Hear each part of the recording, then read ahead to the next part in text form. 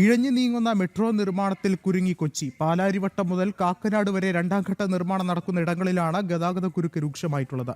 മഴ പെയ്ത റോഡിലെ കുഴികൾ കൂടി രൂപപ്പെട്ടതോടെ രാവിലെയും വൈകിട്ടുമായി മണിക്കൂറുകൾ നീണ്ട ഗതാഗത കുരുക്കാണ് നഗരത്തിൽ അനുഭവപ്പെടുന്നത്. രണ്ടാംഘട്ട മെട്രോ നിർമ്മാണം ഇഴഞ്ഞു നീങ്ങുന്നതിനിടെ ശക്തമായ മഴ കൂടി പെയ്തതാണ് യാത്രക്കാരുടെ സ്ഥിതി കൂടുതൽ പരിതാപമാക്കുന്നത്.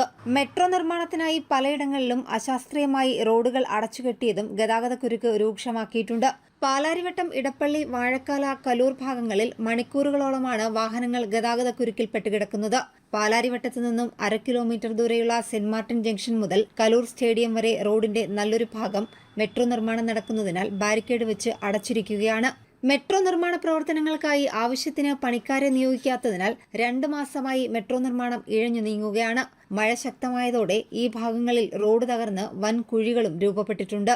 ഇത് ഒട്ടേറെ അപകടങ്ങൾക്കും കാരണമാകുന്നു. കഴിഞ്ഞ ദിവസം റോഡ് ടാർ ചെയ്ത് കുഴികളടയ്ക്കാൻ ശ്രമിച്ചിരുന്നെങ്കിലും മഴ പെയ്തതോടെ വീണ്ടും തകർന്നു.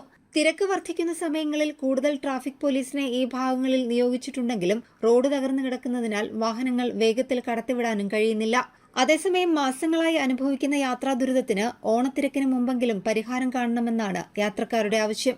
ജനം, കൊച്ചി.